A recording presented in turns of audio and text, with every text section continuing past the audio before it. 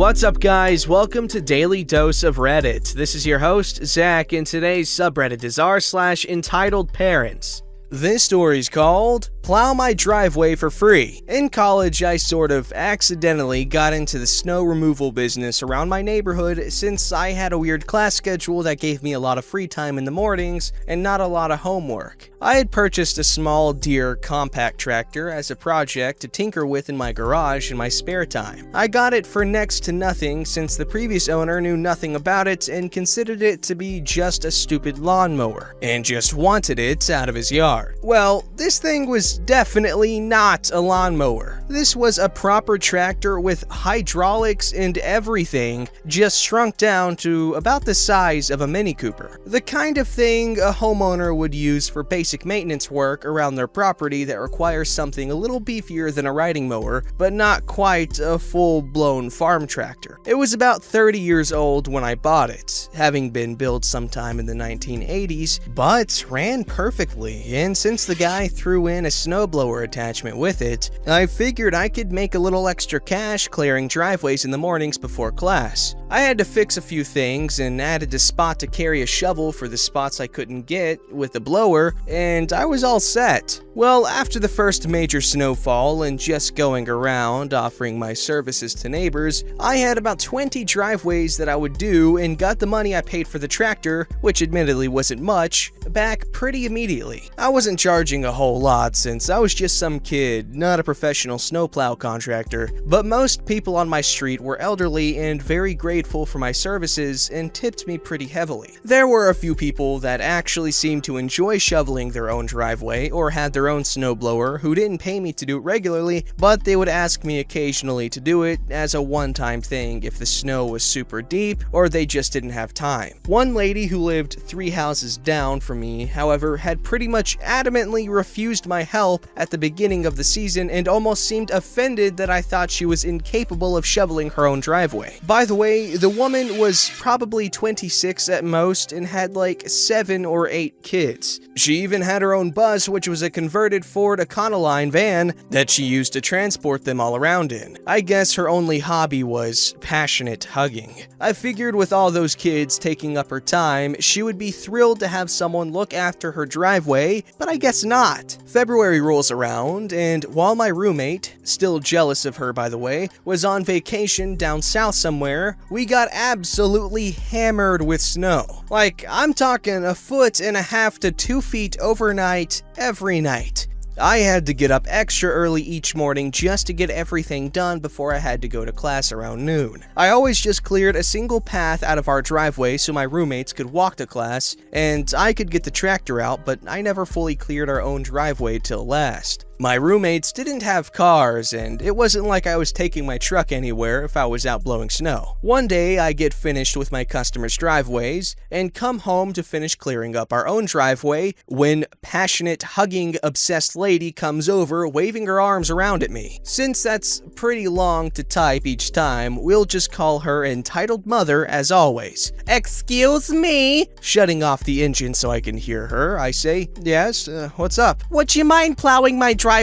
There's been so much snow this week and I just haven't been able to keep on top of shoveling yet." I don't have time to do a full cleanup as I have to go to class soon, but I can get it opened up enough that you can get out, and I'll come back after class and get the rest if you want. This is how much I usually charge, but since I don't have time to do a proper job this morning, I'll do it for half price. "You're joking, right? How can you take advantage of a single mom like this? If I could afford to pay someone to plow my driveway, I would. You disgust me. I ask you to do me a favor as a neighbor, but you have to try and make a quick buck off of everything. I can't believe you're this lazy that you'd buy a machine like this to plow your small driveway and won't even help your neighbors out. Your generation is hopeless." Bear in mind, this woman is no more than 5 years older than me. Pretty sure she's still part of my generation. You're right, it is overkill for my driveway. That's why I have about 20 people in this neighborhood paying me to do theirs as well. This is a kind of business for me, to make some extra cash while I'm in school, and if everyone else is paying me, why should I do yours for free? "I bet your mommy and daddy pay for all your schooling anyway. You don't need the money." She's not wrong. My parents busted their asses and saved up probably 3 times as much what was necessary to put me through school, to which I am forever grateful. But that doesn't mean I don't have other living expenses I need to pay for. So what if they did? Diesel fuel for this thing isn't free, and I'm just asking for enough to cover that and some compensation for my time, which is pretty much how any other business operates. I don't think it's unreasonable of me to charge for my services. Your parents probably pay for that too. Wait till they realize what a brat you are and cut you off financially. Then you'll see what life is all about. This really rubbed me the wrong way because my parents have paid for a lot of stuff in my life, which, again, I am very grateful for. But since they were helping me pay off my truck while I was in school, I didn't feel like I owned it yet. I know it sounds silly, but that tractor was the first major thing I ever bought entirely with my own money without my parents' help, and I was very proud of it because of that. I was done dealing with her at this point and just went back to work cleaning up my driveway and then went to class. Unfortunately, I have to walk past her house going to and from school, so on my way back, I walk past her house and her bus is stuck real bad in the driveway. Like, it has gotten stuck and then slid sideways partly onto her front lawn. She's outside trying to dig out the back wheels, and when she sees me, she explodes. I couldn't get my kids to daycare because of you and missed work because of it. It was 11:20 when I talked to her that morning. Who doesn't have their kids in daycare already by that point? Also, people are usually at work by then too. I just ignored her and went inside. For the next few days, it continued to snow relentlessly, and I continued making an absolute fortune, by college kid standards, off of the storm. It was so bad some days, I had to go back out after class and clear the driveways again. Everyone was more than happy to pay and tip me both times, and one lady even made me a thermos full of hot chocolate to keep me warm. My tractor didn't have a cab, obviously, with the extra people who usually did it themselves also calling me and asking me to bail them out on top of my usual route. I was doing pretty well. Every time I'd come home, I'd always see entitled mother trying unsuccessfully to dig herself out, but she just couldn't deal with the heavy wet snow the city plows would push onto her driveway from the road on her own. I felt bad for her, but whatever. If she was gonna be rude to me, it was not my problem. Eventually, she flagged me down one day and tells me that she'll give me whatever I want if I'll just please come and dig her out. Apparently, her work was threatening to fire her if she kept calling in because of the snow and not being able to get her kids to daycare. I did it for her and she paid. No tip, which is understandable with her situation,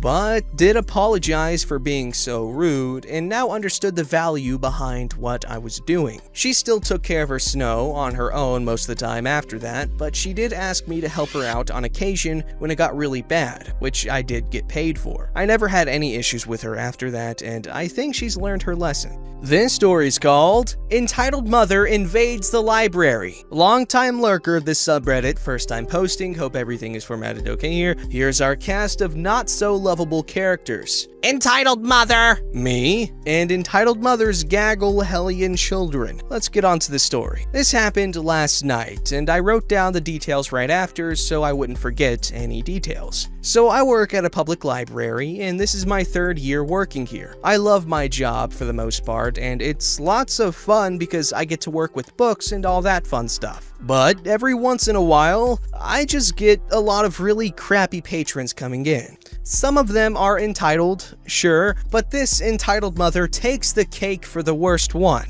I know that I'm about to deal with a bad group as soon as I hear what sounds like a stampede of water buffalo coming down the stairs. I work in the basement section, joined by the sounds of screaming small children. Enter 7 children, all filing in one by one. I thought they would never end. I try to reassure myself that I can do this, but boy was I wrong. Entitled mother comes to the desk and asks to get the library cards for her 3 youngest children, a trio of triplets. Easy enough. I give her the form and wait for her to come back with it filled out. One of her hellion children starts to try to rob me of all the decorations we have scattered around my area, which was exhausting by itself because it seemed like she had a new thing in her hand every 5 seconds. And obviously, entitled mother Mother wouldn't help because her kids were angels. Entitled Mother comes back and gives me the forms for her triplets, and I start to fill them out when I realize something is off. All 3 of the triplets have the exact same name. I tried asking her if this was correct, and she said, Of course, can't you read? Like, yes, I can read, but I was just trying to clarify because naming 3 of your kids the same thing isn't really common. On top of that, she keeps referring to them by their middle names and expects me to magically know which kid I'm referring to. Like, come on, lady, I don't know your kids' middle names. Not my fault. I proceed to start transferring the information she filled out into the computer system. After a minute or so, Entitled Mother is glaring at me. I wonder what is wrong, but keep working anyway. You're going too slow. You need to hurry up. Transferring information takes some time, especially when it's the same flipping thing over and over. I'm going as fast as I can because I want her and her Hellion spawn to leave. I eventually get done and give her the triplets cards. They go away from the desk for a few minutes, but I am not safe yet. All 7 children suddenly run at the counter and put like 40 movies on the desk that they all want to check out. They all are trying to give me their library card at once. The other 4 kids already had ones apparently, and are all screaming at me. By this point, my body has already gone into survival mode. Entitled Mother standing by while all of this is happening, not even bother trying to control her children. I check out the movies to the little Hellions one by one, all while Entitled Mother is still glaring at me. She must think I have super speed or something because my body was in fight or flight mode and I was checking them out as fast as I can. The Hellion from before that was trying to steal stuff comes behind the counter while I was distracted and notice I had candy hidden behind the desk. For good boys and girls, of course, of which they were not. All 7 kids try to run behind the counter and I have to stop them from messing everything up.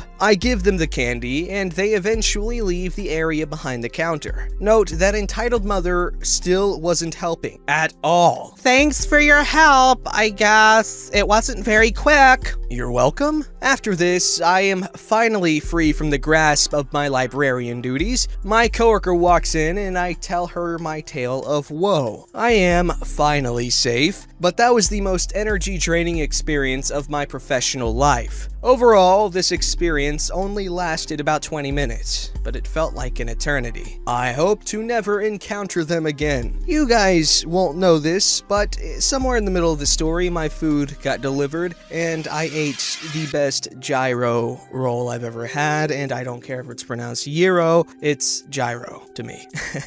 That is not very relevant, but I thought you guys should know. Damacy's has really good gyro. And, this story. That sounds like a terrifying experience and why I would never be a librarian. I mean, being a librarian, I guess, like the actual title, like, of a librarian, you usually have to go to, like, a lot of school. I think you need a master's degree, kind of like a teacher. But anyways, besides the whole schooling requirements, I would never want to work in a library because I would just not be able to handle the stress of having all these obnoxious, snotty kids ruining books, man.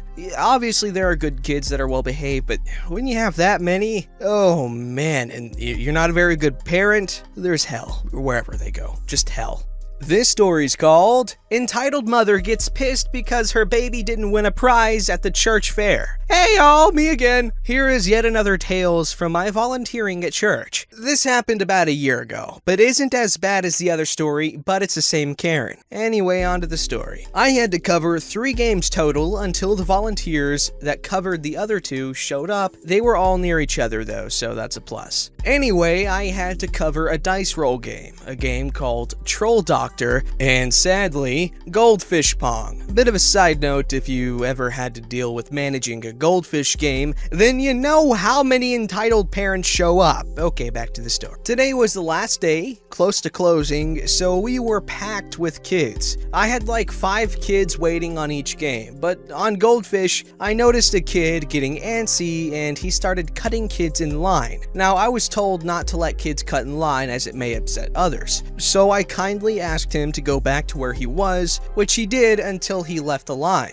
I thought he was going to get food from the food area, so I was managing my games, going along well, until Karen came by and this, heck, wreck ensued. Excuse me? I didn't notice her since she had a little kid and thought she was talking to the one managing the bouncy castle, so I kept letting kids play, but then the entitled mother pushed the game backwards, which was easy since it was a foldable table, and finally got my attention. Ma'am, please don't do that. You can knock over the tank and kill the fish. I don't care. Why did you tell my baby he can't play? Because he was cutting the kids in line who wanted to play before him, and we are limited on supplies. Now, stupidly at this moment, I decided to remove one of the dead fish, and the second I did, I realized I fudged up.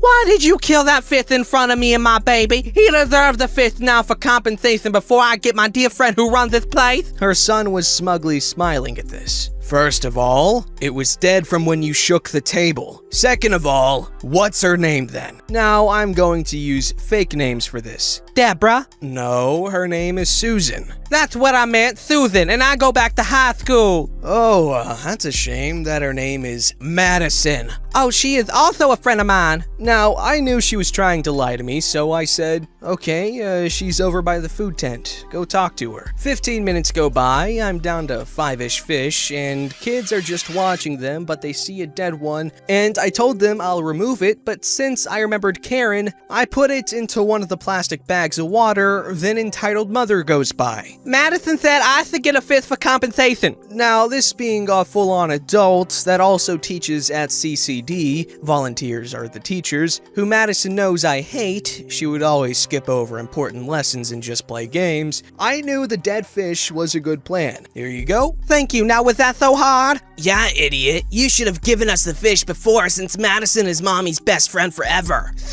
We got you your fifth, now let's go home. As far as I know, they didn't realize it was dead until they got home and the festival shut down. That was pretty good. That would make a good petty revenge story as well. Giving them a dead fish instead of or a malicious compliance too. That fits so many categories. This is a very far-reaching story in terms of Reddit categories. But yes, entitled mothers at fairs are horrible. I guess entitled parents in general because, oh boy, there's just so much potential. So much. Don't forget to like, subscribe, and hit that bell to never miss an episode.